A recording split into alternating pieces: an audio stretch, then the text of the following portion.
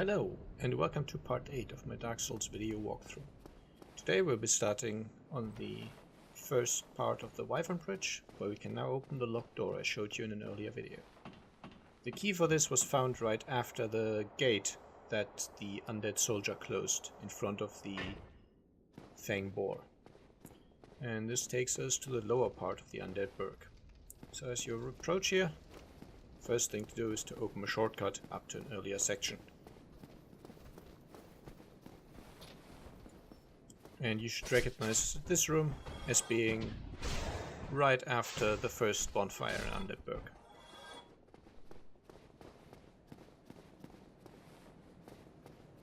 Now that that's over with,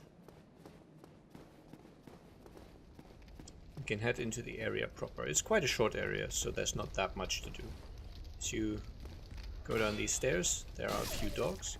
Depending on how exactly they are currently positioned, up to 3 of them will swarm you, but if you are lucky, then it will be an issue and they will aggro one by one.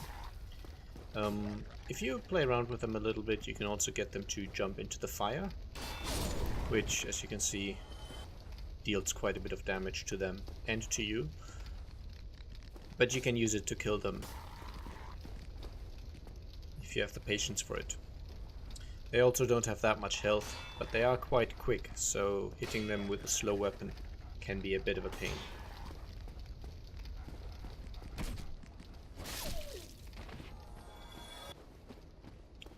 After that, heading backwards. Somebody! Please let me out of here. Somebody! Anybody! Help me! Unlock the door! Damn, I'm finished. How did this ever happen? We have this nice locked door, which we can open with the residence key. Brilliant. You opened the door for me. Thank you. I'm saved. I thought I might never escape. I am Griggs of Vinheim, a sorcerer of the school. I am much obliged for your assistance. Thanks to you, I may now resume my travels. Oh, hello. I'm fine. I will rest a while, then return to Firelink Shrine. I have my sorcery, and I will be more cautious next time. Besides, I have an important task at hand. And as he says, we'll meet him again in Firelink Shrine. Also on this corpse you can get the Sorcerer starting equipment, including a free Sorcerer's Catalyst, so there's no need to buy one later on. Alright, then there's just one more section back here. Now it should be noted that the first door that you could open with the residence key could also be opened with the master key. That's not the case for this one. To open this door you need the residence key. The master key will not work. So if you're interested in getting sorcery, buy the residence key.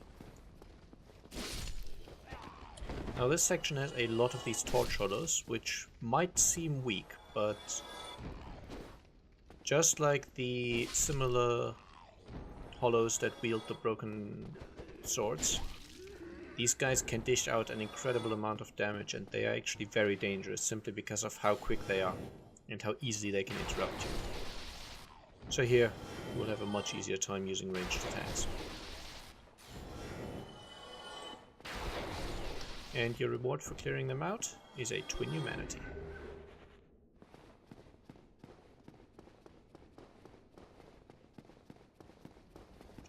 Now then, there's a bit of an ambush that you can easily, somewhat at least, bypass. Now behind these doors there are enemies, but if you do a jumping attack, you can kill them while the doors are still closed. And then when you trigger them, and the doors fly open, they won't all attack you at the same time, because 2 of them are already dead. Now you can't kill the last one this way, because the door opens before you can get to him. But still, this means you have 1 enemy to fight rather than 3. And these guys inflict bleeding and can backstab and parry you, so they are somewhat nasty. And in the first house you can find the Malebreaker, which is a fairly low damage thrusting sword. Now as you go down further into the area, Around here you should stop, because in the background there is a dog coming for you. And if you proceed further into the section, then you will be faced with another ambush and the dog on top of it. So basically just wait here. It takes a little while because he doesn't move very quickly at first, but I would still recommend doing it. And here, no way to do anything about this ambush. There's just 3 doors opening and 3 undead thieves attacking you. They don't have much health and can be easily stun locked, but they can do similar things to you. And then there's another dog. Best deal with him before he surprises you later on. In this barrel, there's a corpse with the large soul of an undead. And in the last house you can get the thief's starting armor and the target shield, which despite its bad stats can still be quite useful because it is better for parrying. You have slightly more parry windows, so a slightly larger amount of time to hit the parry. And then there's one more guy around the corner. You can again jumping attack him to avoid the ambush. And then to our right we will find a door, which we cannot open yet. We'll actually need to defeat the boss of the area. But we'll get to that in just a moment. Firstly, let's open up another convenient shortcut, and this really links together the areas we've explored previously. About halfway up these stairs, there's a platform with a longbow hollow on it. And then right through here, there's a new NPC to meet.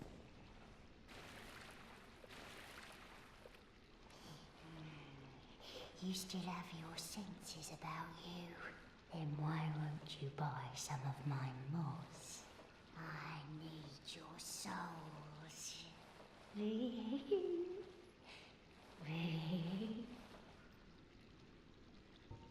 You've come to this land at a bad time. There are nothing but hollows in these parts. Save for me, of course. You're undead too, aren't you? You be careful then.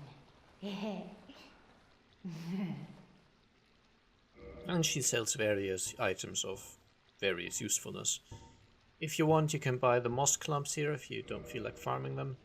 And there's charcoal pine resin, which applies fire to your weapon, which is kind of neat. However, this character cannot actually use weapon buffs. She also sells fire and poison arrows. On a first playthrough, just buy about 20 poison arrows. There's one thing you can do with them, which is really nice, and I will show you at the time. Come again, if you please. So make sure you have some, if you want to possibly make a very tedious section a fair bit later in the game much easier. And then further along this corridor, there's a door which we couldn't open from the other side, but the area might now seem a little familiar to you, because this puts us back at Firelink Shrine. And this is where we first entered the Undead Burg.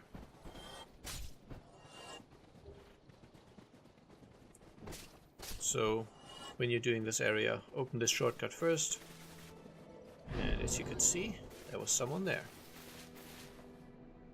Oh, hello. I regret meeting you under such compromising circumstances. At least we both made it back unscathed. Incidentally, would you care to learn any sorceries? You're clearly talented, and besides, I owe you. Of course, we will require some materials, but I'm happy to teach you some elementary spells. Are you interested? Splendid. Very well. I am pleased to have a chance to give something back. Well then, let's get started straight away. Have you heard of Big Hat Logan? Master Logan is a great sorcerer and my teacher. Both of us came to this land as undead. But one day he departed, leaving only a note.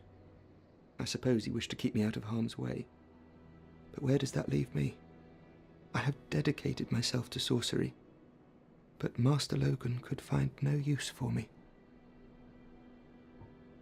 Ah, yes. The note that Master Logan left. It only said he would travel to Anolondo by way of Sen's fortress. I can only guess that he seeks the regal archives. For Master Logan is a tireless pursuer of wisdom. Wisdom trumps all. Everything else is hogwash. When the curse turned him undead, I'm certain that he only felt it was the perfect chance to visit this land. I only wish that I had his courage. 2 things are required for sorcery. First, you must equip a wand. Second, you must attune a sorcery. Then you will be ready to fire away. Oh, and don't forget to aim. 2 things are... And that's all used to say for now. He is the first real magic trainer where you can buy various upgraded versions and more copies of other spells you've seen previously. And most importantly, he sells a ring, the Bellowing Dragon Crest ring, which boosts the damage of sorceries quite a bit, all right. 20% or thereabouts. That'll do it. May we... So, really useful on sorcerer. It's quite pricey at 20,000 souls, but if you want to put in the effort of farming that now, it's probably going to be worth it. If not, just be aware it's there, and when you have the souls to spare, buy it. Now I'm just fast forwarding the track back to the actual boss fight.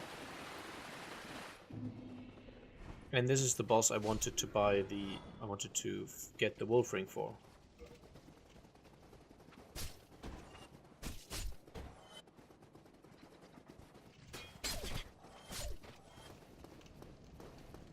And there we are.